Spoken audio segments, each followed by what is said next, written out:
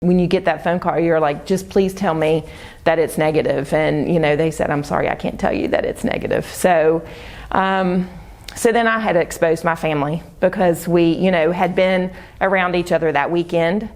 And I started feeling sick, started coughing. I did not have a temperature. I did have cold sweats, the coughing, the shortness of breath.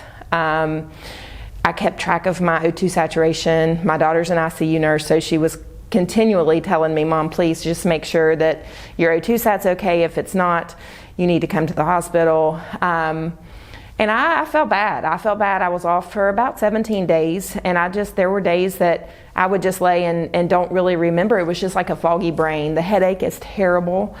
I never lost my taste or smell, so that was a little different from me. My husband became sick about probably a week after my positive test, and then my son after that. So it was rough. I mean, because I was trying to take care of me, and my husband and my son were taking care of me until they were positive, and then it was kind of difficult. I was down for about 2 weeks, but once I came back to work, I want to say that it took me a good 6 to 7 weeks before I felt like Kelly again, before I felt normal. No tightness in my chest, no shortness of breath. Fatigue. The fatigue is just terrible because you just feel like you can't get up and do anything. I mean, you're like, when am I going to feel like me again? When am I going to be able to do the things that I was doing before?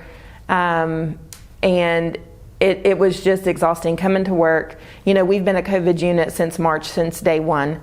So the ups and downs, the emotions, the physical, the emotional stress has just taken a toll on everyone.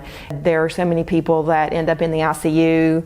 I just had a friend pass away this past week that was 51 years old of COVID complications. So it's just nothing that we need to take lightly. We need to really open our eyes and do what we can to be safe.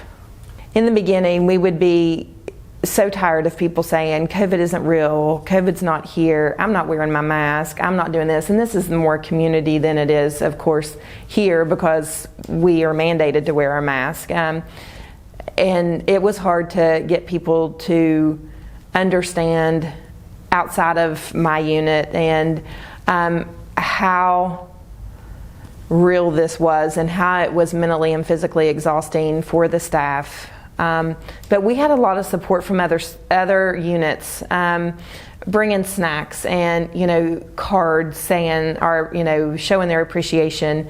So I would just say that stay the course and make sure that we are masking and that we're staying 6 feet apart and that we're washing our hands and that we're doing everything that we can and follow the CAMC and CDC guidelines.